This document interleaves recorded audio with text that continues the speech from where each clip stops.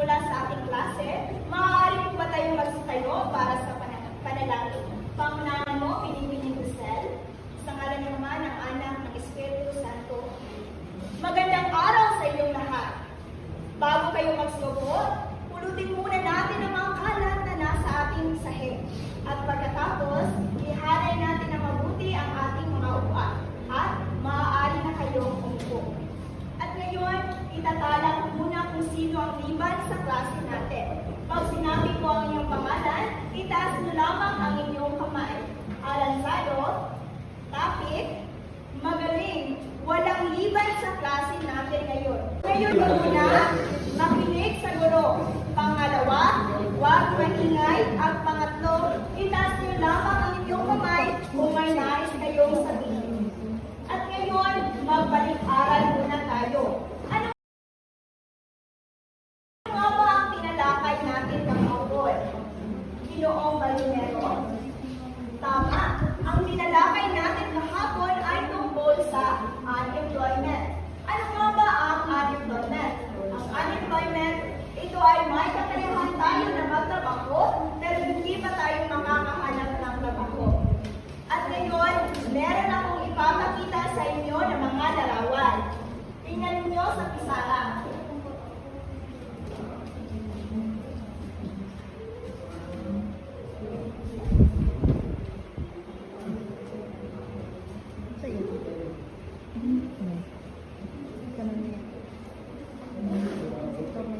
Base sa nakita ninyo ng mga larawan, ano ang mga naiisip ninyo tungkol sa mga larawan ito?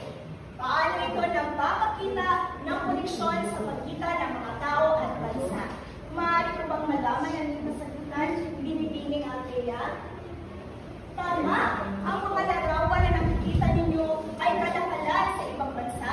Meron tayong mga kultura na nakukuha natin sa ibang bansa. At meron tayong komunikasyon na gamit ang internet. Tama, magaling. Ngayon naman, dadako tayo sa ating aktibidad. Meron na naman akong ipapakita sa inyo ng mga larawan.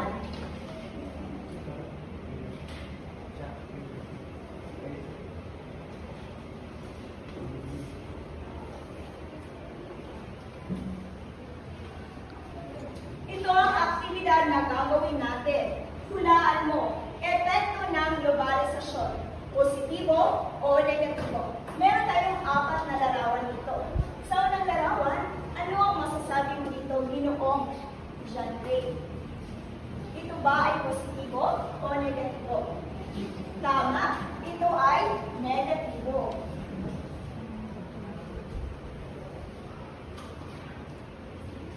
Sa pangalawa namang larawan, ano ang makikita mo?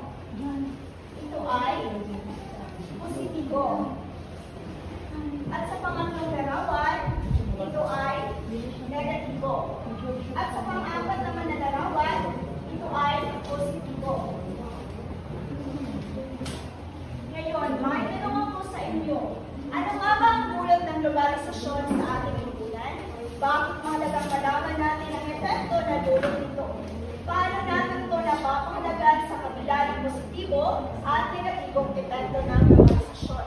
Maaari ko bang malaman ang iyong opinion dito? Binibining Reggie? Ito ay marami talaga tayong makukuha sa globalisasyon.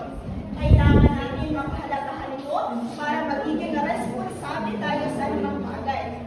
Sa lahat ng aktibidad na ito, alam na natin kung ano nga ba ang paksa na tatalakayin natin ngayon. Ang paksa na tatalakayin natin ngayon ay tungkol sa mga isyong pang-ekonomiya, ang globalisasyon. At bago yan, ano nga ba ang layunin natin sa aralin natin ngayon? Ngayon, babasahin natin ang ating layunin. Ang layunin natin, pagkatapos ng 90 minuto, ang pag-aaral ay naipaliliwanag ang konsepto ng globalisasyon. Pangalawa, naipahahayag ang epekto ng globalisasyon sa pamamagitan ng pagsusulat ng isang sanaysay na sumasalamin tungkol sa buhay ng tao at lipunan. At pangatlo, nakabumuo ng isang maikling tula sa pamamagitan ng kanilang naiisip at nararamdaman tungkol sa globalisasyon. Ngayon, meron akong ipapanood sa inyo na isang balitaan tungkol sa globalisasyon. Maaaring makinig kayo at manood. Magandang araw, Professor. Ano nga ba ang unang globalisasyon? Ito ba ay nag-studio o nag-video? Magandang araw naman sa iyo, Bienvenue Giselle, at sa mga nanunood dito sa kanutulong mga television. Dahil sa globalisasyon, may tutulog ito na dala ang positibo at negatibo. Unahin muna natin ang positibo. Mas madali na tayong makakuha ng mga produkto at servisyo mula sa iba't ibang bansa. Nakararanas tayo ng mas maraming choices, mas mura, at mas accessible na mga bagay. Halimbawa, ang damit na ating sinusuot, ang pagkain na ating kinakain, at maging ang mga cellphone na gamit natin ay maaaring produkto ng globalisasyon. Bukod pa dito, napakadali natin ang komunikasyon at paglalakbay sa iba't ibang bahagi ng bansa, at mas mabilis na tayo makabalita ng mga nangyayari sa mundo at mas madali na rin para sa atin ang makipag-ugnayan sa mga tao sa iba't ibang bansa. Ngunit, ating tandaan, hindi lamang positibo ang epekto ng globalisasyon. Mayroon din itong mga negatibong dulot na dapat natin pagtuunan ng pansin. Isa sa mga pangunahing negatibong epekto nito ay ang pagkawala ng mga trabaho sa ilang sektor dahil sa mas murang imported goods. Maraming lokal na negosyo ang lugi na nagre-resulta sa pagkawala ng trabaho ng mga Pilipino. Bukod pa ito, maaaring magdulot ito ng pagtaas ng kompetisyon na maaaring magpababa sa mga sangkot ng mga manggagawa. At higit sa lahat, ang globalisasyon ay maaaring magpalala sa agwat sa pagitan ng mahiraman at mahihirap. At huwag din natin kalimutan ang epekto nito sa ating kultura.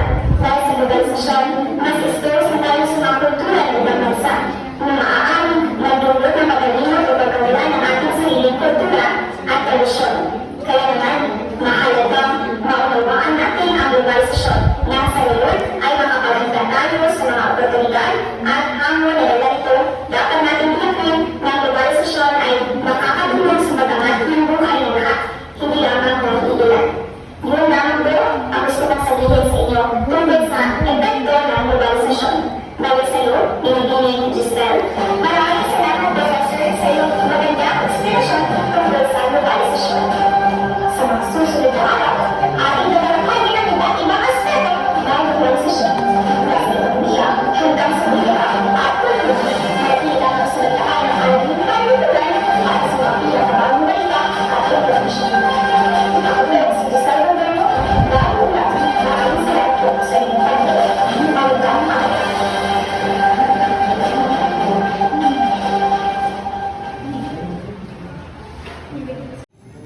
At ngayon, meron tayong gagawin na pagsusulit batay sa paksa na tinalakay tungkol sa globalisasyon. Gamit ang inyong mga cellphone o laptop, maaari na ninyong pindutin ang link na ito para sa inyong quiz tungkol sa paksang tinalakay natin. May ipapagawa rin akong takdang aralin sa inyo na makikita ninyo sa screen.